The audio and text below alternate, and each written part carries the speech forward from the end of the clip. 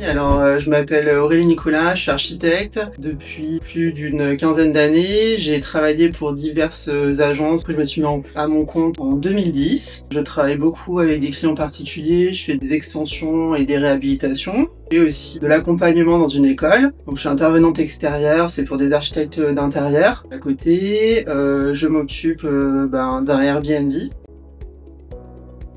Alors, la location meublée, j'ai commencé il y a 2 ans, donc c'était début 2024. Ce local, donc c'était un local commercial. Au départ, j'ai commencé à faire mon activité à l'intérieur, et puis après, je me suis posé la question de savoir si ce serait pas intéressant aussi de louer en Airbnb. Il est en plein centre-ville, on s'est dit que ça pouvait bien marcher, donc on a transformé et on a fait un Airbnb. Donc j'ai beaucoup de gens qui viennent les week-ends, à la fois d'Europe et aussi un peu du monde entier, des Français aussi qui viennent pour visiter Lyon. J'étais chez Agora, donc c'est mon association de gestion qui m'accompagne pour la gestion de mon entreprise.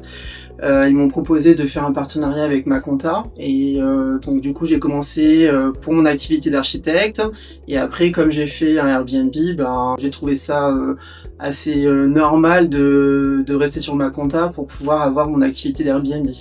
Je fais ma comptabilité une fois par an. Ça va me prendre une petite journée, le temps de rassembler tous les documents et de pouvoir rentrer sur le logiciel. Je vais utiliser surtout la comptabilité classique, la génération de l'alias fiscal pour la fin d'année. Une fois qu'on a saisi toute notre compta de l'année, on va rentrer dans l'intérieur du fichier et on va établir plein de caractéristiques. Une fois que tout ça a été fait, on peut le transmettre directement. Moi, je le transmets à mon association de gestion qui valide, mais après, sinon, on peut le transmettre directement aux impôts. Je trouve que c'est plutôt assez facile d'utilisation, les termes sont bien définis, et après, quand on rentre dedans, on comprend facilement comment ça marche. Après, moi, personnellement, quand il y a des choses que je sais pas, ou j'ai besoin de compléments, soit je vais appeler mon association de gestion, soit je regarde sur internet. Je trouve que c'est plutôt assez simple en termes d'utilisation. Alors j'ai toujours utilisé un site. Je pense qu'effectivement de le faire sur le site ça va beaucoup plus vite. Parce que les écritures en fait elles vont se basculer d'un élément de compta à un autre facilement. Je trouve que les bénéfices d'utilisation de Maconta, ça va être surtout la rapidité et la simplification d'utilisation du site.